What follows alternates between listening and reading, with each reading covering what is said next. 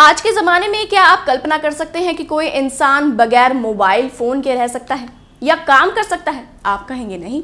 उसमें भी वो शख्सियत कोई आम इंसान नहीं बल्कि खास हो, एमपी, एमएलए हो या फिर मंत्री या मुख्यमंत्री। तो आप कहेंगे कि ऐसा तो हो ही नहीं सकता कि मोबाइल के बगैर उसकी ज़िंदगी चल सकती है। लेकिन आज मैं आपको एक ऐसे सीएम की कहानी बताने वाली हूँ जो मोबाइल यूज़ नहीं करते हैं। जी हाँ, सिद्धारमैया की, जो कल फिर से कर्नाटका के सीएम बनने वाले हैं। नमस्कार, मैं हूं कृतिका और आप देख रहे हैं जनभावना टाइम्स।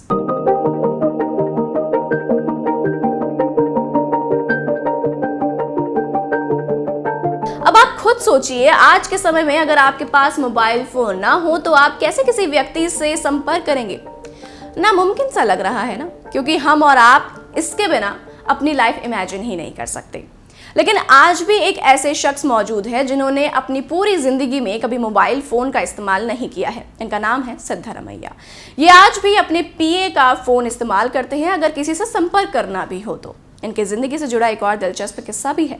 जब सिद्धारमैया बच्चे थे तो उनके साथ कुछ ऐसा हुआ जो हम और आप सोच भी नहीं सकते। बात है उनके बचपन से जुड़ी।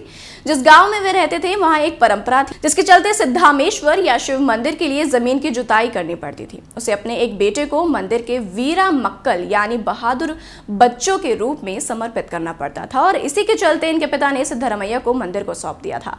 इसी वजह से सिद्धारमैया 10 साल की उम्र तक स्कूल नहीं जा सके। हालांकि उन्होंने मंदिर में रहकर 2 साल तक लोक कला सीखी। अगर उनके राजनीतिक सफर की ओर नजर डालें तो कॉलेज के दिनों से ही सिद्धारमैया राजनीति में सक्रिय हो गए थे।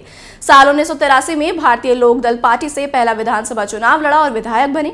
इस जीत ने सभी को चौंका दिया क्योंकि उनकी कोई खास राजनीतिक पृष्ठभूमि नहीं थी और वे तब सिर्फ और सिर्फ 36 साल के थे।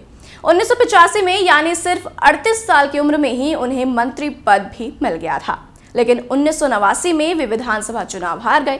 तेजी से वापसी करते हुए 1996 में जनता दल में रहते हुए उप मुख्यमंत्री बने, जिसके बाद 2004 में जेडीएस और कांग्रेस की सरकार में फिर उप मुख्यमंत्री रहे। बाद में जेडीएस प्रमुख एचडी देवेगौड़ा से मतभेद हो गया तो उन्हें पार्टी से निकाल दिया गया। उन्होंने खुद की पार्टी बनाने के बारे में विचार किया, लेकिन साल 2008 में कांग्रेस में शामिल हो गए। साल 2013 से 2018 तक मुख्यमंत्री रहे। सिद्धारमैया ने राजनीतिक करियर में विधानसभा के 12 चुनाव लड़े हैं, जिसमें से उनको 9 में जीत हासिल हुई है। कई साल सिद्धारमैया ने एक जूनियर वकील के रूप में भी काम किया है। छात्र जीवन में सिद्धारमैया डॉक्टर राम मनोहर लोहिया के समाजवाद से प्रभावित थे। राजनीतिक विरोधियों ने उन्हें नास्तिक भी कहा। उनकी सरकार ने 2018 के विधानसभा चुनावों से पहले लिंगायतों और वीरशैवों को धार्मिक अल्पसंख्यक का दर्जा देने की सिफारिश करने का विवादास्पद निर्णय लिया था। बाद में उनके इस कदम को ही उनकी पार्टी की विधानसभा चुनाव में हार के कारणों में से एक माना गया है। वहीं भाजपा मुख्यमंत्री बसवराज बोम्मई के खिलाफ बयान ने विवाद खड़ा कर दिया था। उनका कहना था कि कुछ लिंगायत मुख्यमंत्री ने भ्रष्टाचार के चलते राज्य को हमेशा बर्बाद कर दिया है, जिस पर पलटवार करते हुए भाजपा के नेताओं ने पूरे लिंगायत समाज के अपमान की बात कही थी। इस पर भी उन्हें सफाई देनी पड़ी थी। अब कर्नाटका में चल रही उठापटक के बाद आखिरकार कर्नाटका के सीएम का नाम सामने आ ही गया है, जो कर्नाटका के अगले मुख्यमंत्री बनेंगे और वो है सिद्धारमैया। तो कैसे लगी आपको ये वीडियो? हमें कमेंट करके जरूर बताएं और भी ऐसी वीडियोस को देखने के लिए आप जुड़े जनभावना टाइम्स के साथ। नमस्कार।